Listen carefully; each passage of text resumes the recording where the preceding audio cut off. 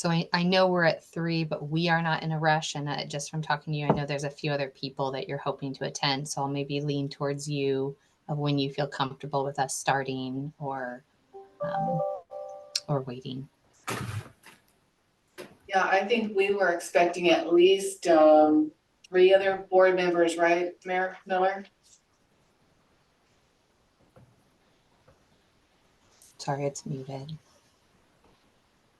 You're I on. can't find the unmute button. Yeah, I thought that was the case, that there was interest from a couple other, there's Mayor Donovan on for another board member, and I thought Hello. Commissioner Wiesen Hi. was interested as well, but all of our schedules are interesting, to say the least.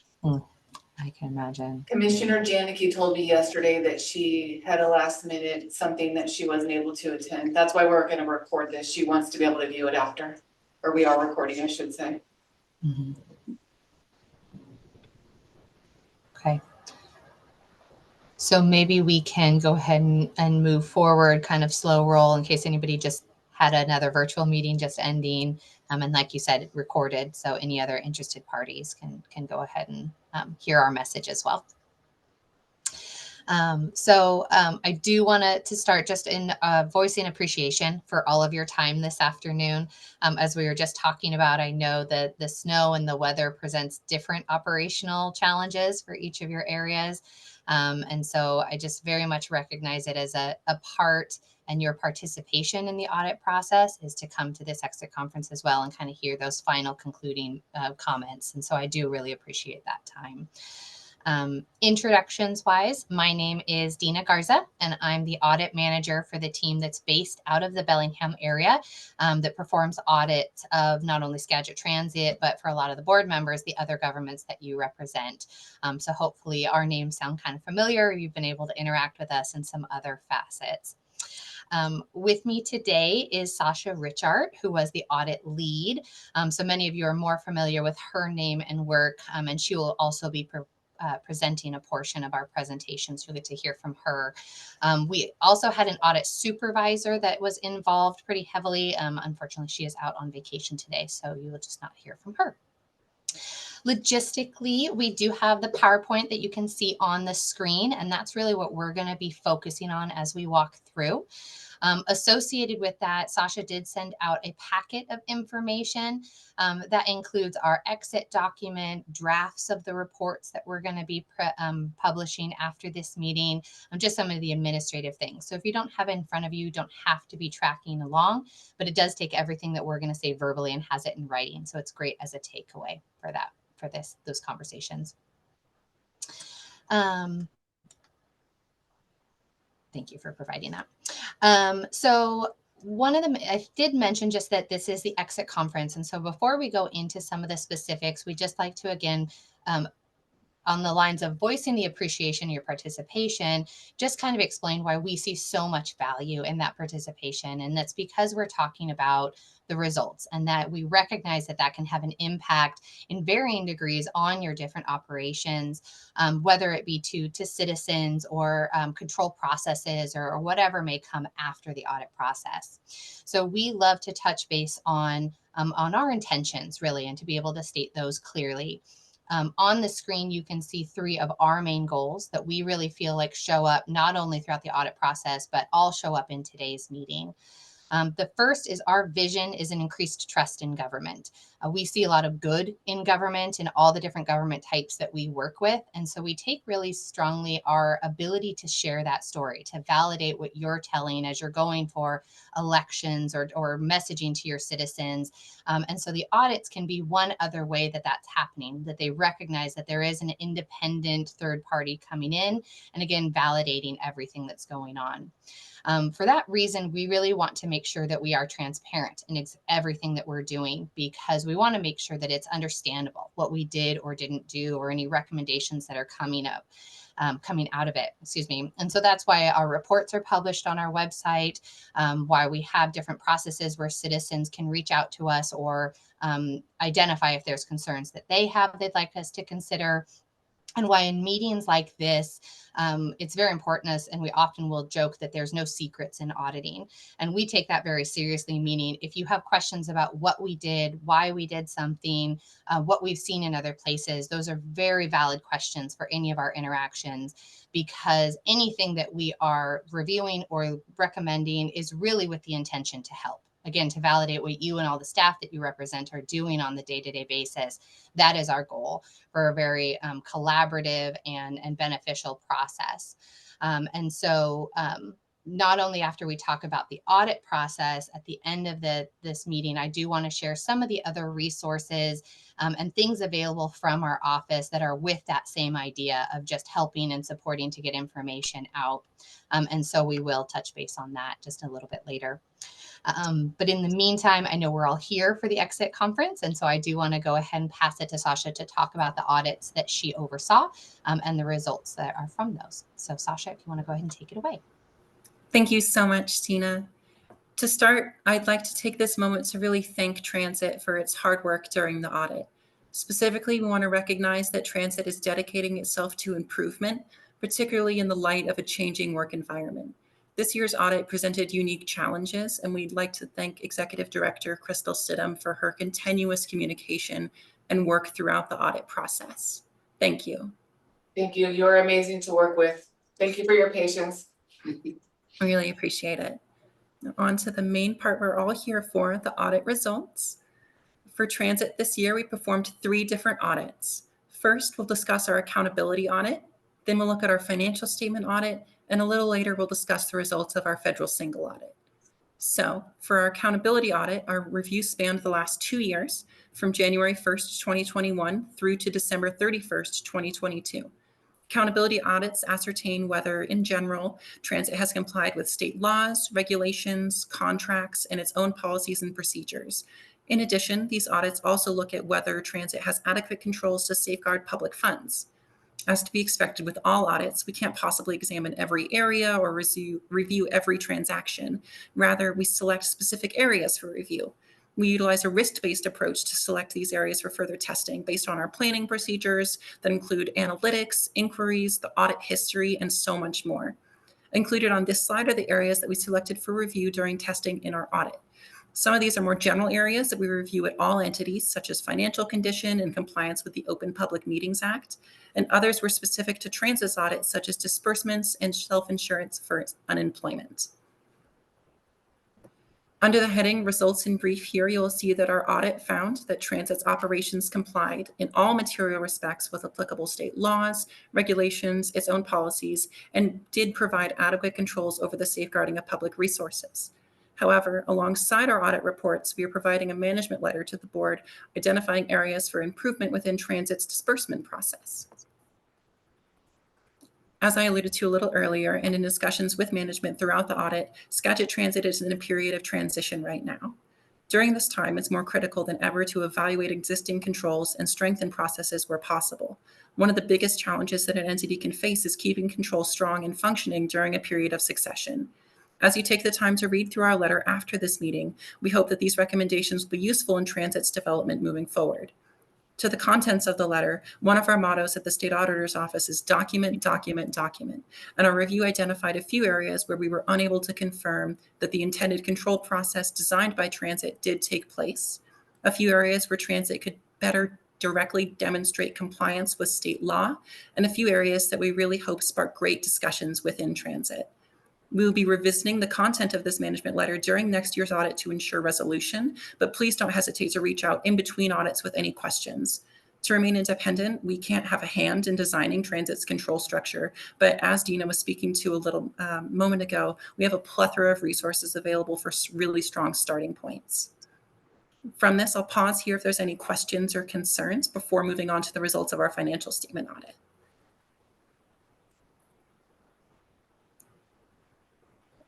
All right, we'll clip right along then. Unlike our accountability audit, the financial statement audit was a one-year review. We issue this opinion based on the BAR's manual and conduct this audit in accordance with governmental accounting standards. We are pleased to report an unmodified opinion, which is the best opinion that can be issued on the Transit's financial statements. As identified in the bullets, we had no significant deficiencies in internal controls, no deficiencies that we consider to be material weaknesses, and no instances of noncompliance that are material to the financial statements of transit. We also utilized that same risk-based approach to reach our financial statement opinion. This year, we focused on the management override of controls risk, something we review at every entity, where those with access to the financial systems could potentially bypass intended control structures. And as seen on this slide, the implementation of a new GASB standard, GASB 87 leases. As supported by our opinion, we did not identify any significant concerns in either area. Transit had leasing activity pretty typical to a transit agency, mostly leases for buildings. And as we'll outline in the next slide, there were no uncorrected misstatements identified, no material misstatements corrected by management during the audit, and again, no concerns with the management override of controls risk. With all of the financial audit items out of the way, let's talk about Transit's last audit, our federal single audit. This year's review focused on the federal transit cluster, which makes up about 96% of Transit's federal expenditures for the year. So a pretty big chunk of your guys' federal funding.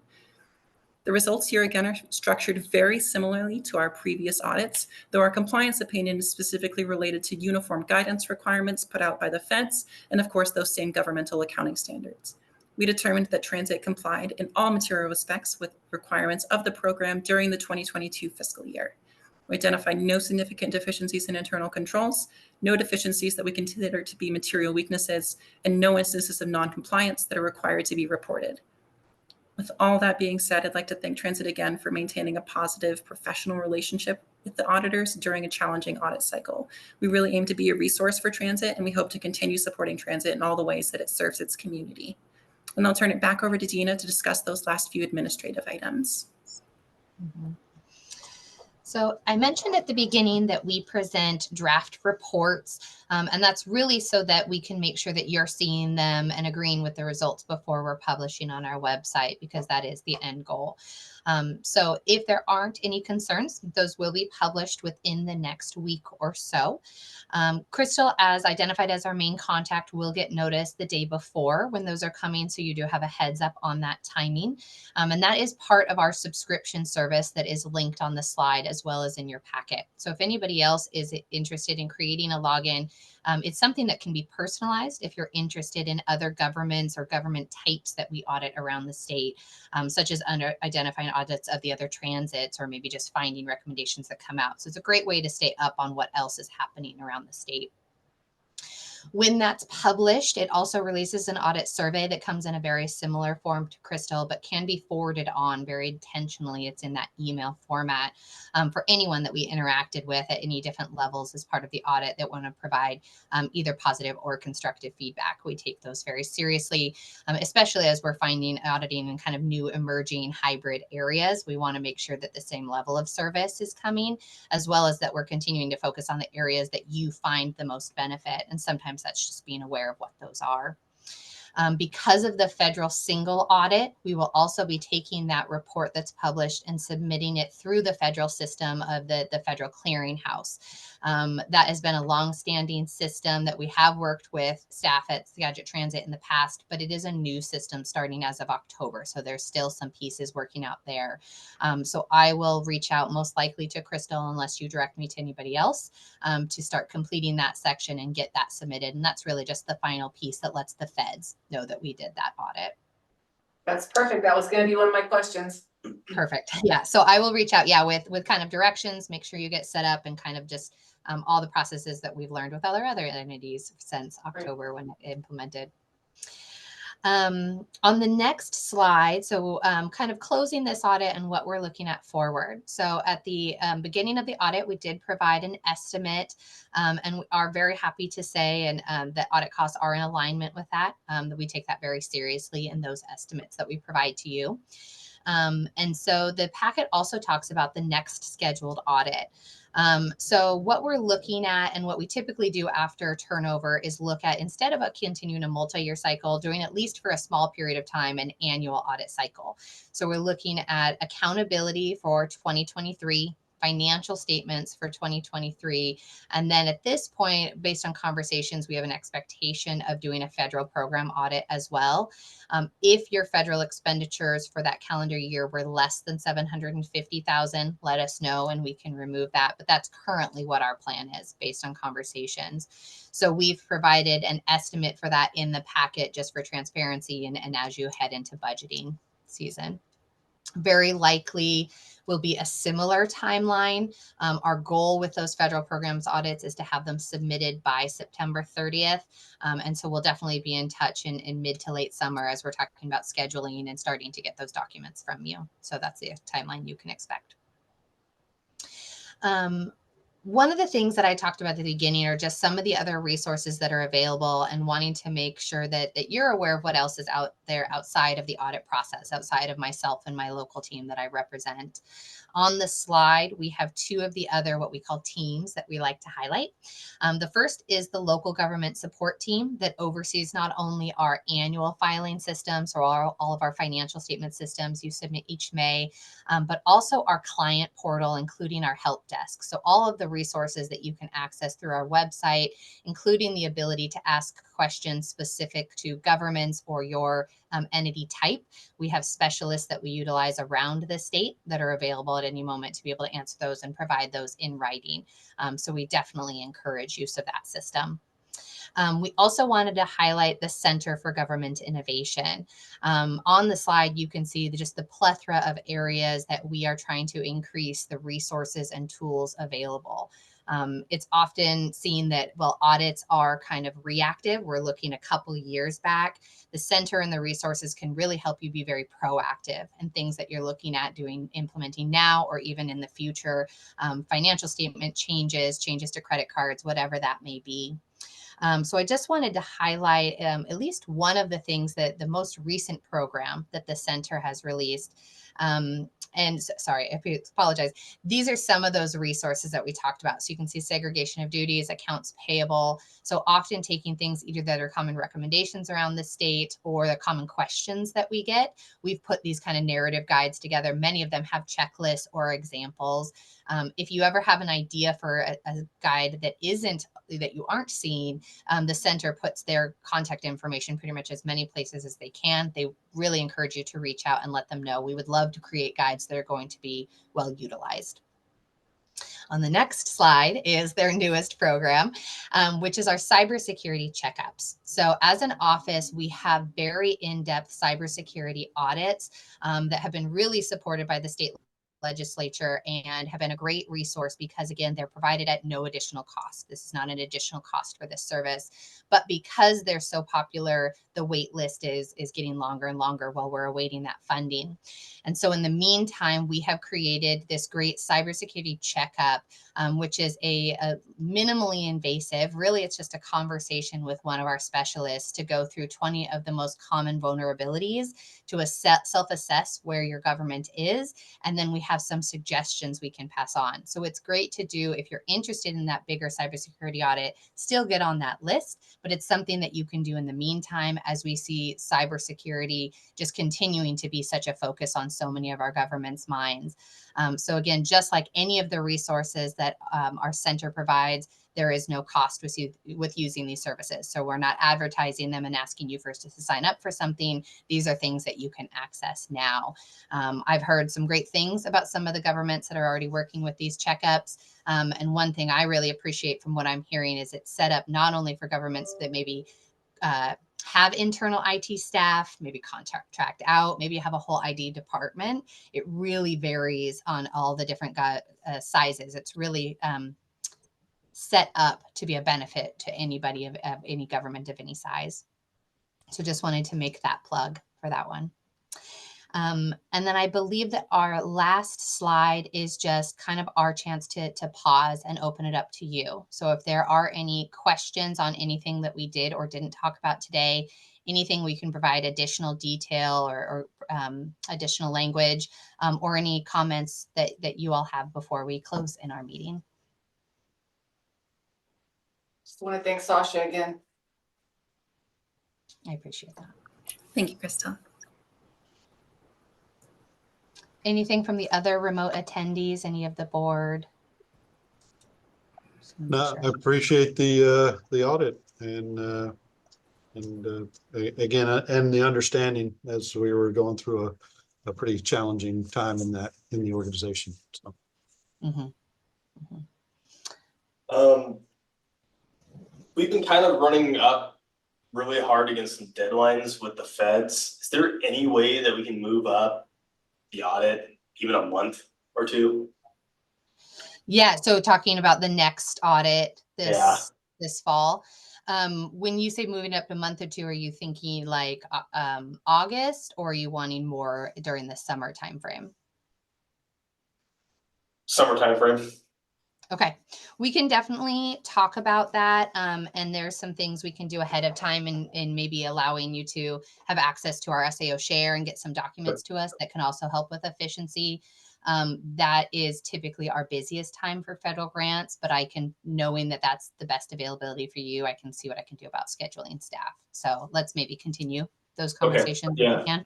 Okay. Yeah, and if you guys want to make samplings even sooner, and then I can get that to you whenever you need it, sort of a thing, Okay. give you that and then turn it around. So our audit started at the end of August, and I don't wanna speak for Sasha, but I know that our original timeline was, I wanna say 4 to 6 weeks, but it was extended considerably due to some unforeseen circumstances, right? So Mhm. I feel like under normal circumstances, we probably would have met the timeline to get the federal single audit certificate uploaded, right, Sasha, is that a fair statement?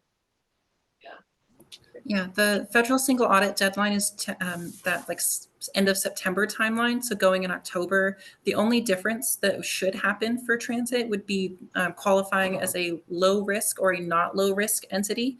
And all that does is change the amount of programs that we're required to review. Since transit's federal expenditures are almost exclusively within the federal transit cluster, we're already far and above that threshold that would be required.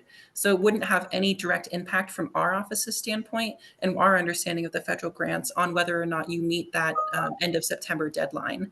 If there's additional deadlines that you're being pushed up against by maybe DOT or the more pass-through agencies, that's something that we can continue to consider. But from our knowledge of transit's activity, there should be a very minimal impact for not meeting that end of September deadline.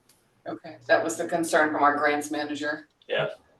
And I want to honor that. And I appreciate you saying that. But I think Sasha has explained well that really the impact of if you don't meet it is just having to audit more of your CFA.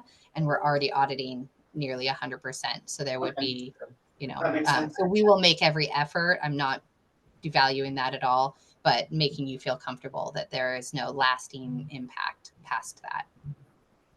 Thank you, we appreciate that. But we'll continue conversations. I'll make sure I'm in touch with you, Chris. Okay, Thank you. great. Thank you for bringing that up. That is a good point. So then as I close, I would just sharing our contact information. So mine is obviously on the slide that you all can see, really just mirrors all of our contact information being in that packet that we provided. That includes the staff that not only were part of this audit, as well as our direct upline with our assistant director and director of local audit. If there are ever questions or concerns, anything either from my local team or that exceeds us, we put them there intentionally so that you feel comfortable reaching out and making sure that your voice is heard within SAO. So encourage you to reach out if there's more that we can do outside of the audit process. Thank you. Okay. Then in close, just a thank you all again for your time and participation today, listening in, including those who are listening later, using their time to do that. And then we will go ahead and close. That's all that we have. Thank you. Thank you. Okay. Thanks, you all. Have a great afternoon. Thanks everyone.